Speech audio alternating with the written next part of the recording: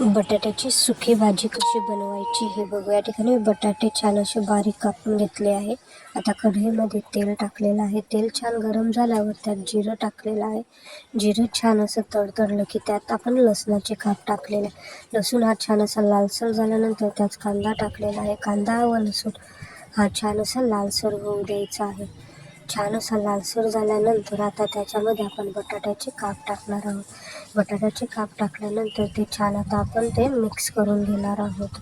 Mix करून झाल्यानंतर आता आपण त्यावर 10 मिनिटासाठी मंद आचेवर झाकण ठेवून घेणार आहोत. झाकण ठेवून झाल्यानंतर 10 मिनिटानंतर आपण बघणार आहोत आपले बटाटे हे थोडे अर्धवट शिजलेले आहे. अजून शिजू देऊया 10 मिनिटं झाकण ठेवून. आता आपण त्याच्यावरील झाकण काढल्यानंतर परत छान असं मिक्स करून घेतलेलं आहे. मिक्स करून झाल्यानंतर आता आपण त्यामध्ये चवीपुरतं मीठ टाकलेलं आहे. मीठ टाकल्यानंतर त्यात आता हळद टाकलेली आहे. हळद टाकल्यानंतर त्यात धने पावडर टाकलेली आहे. धने पावडर टाकल्यानंतर चवीपुरतं जेवढं आपल्याला तिखट हवं तेवढं तिखट टाकलेलं आहे. आता आपण छान मिक्स करून घेतलेलं आहे. आता ही आपली भाजी रेडी झालेली आहे. तुम्हाला माझी रेसिपी कशी वाटते हे मला कमेंट बॉक्समध्ये सांगायला विसरू नका व बेल आयकॉन दाबायला विसरू नका.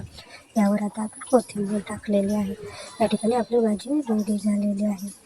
मला कमेंट बॉक्समध्ये सांगायला विसरू नका तुम्ही ही भाजी बनवली की नाही बनवली. Thank you so much.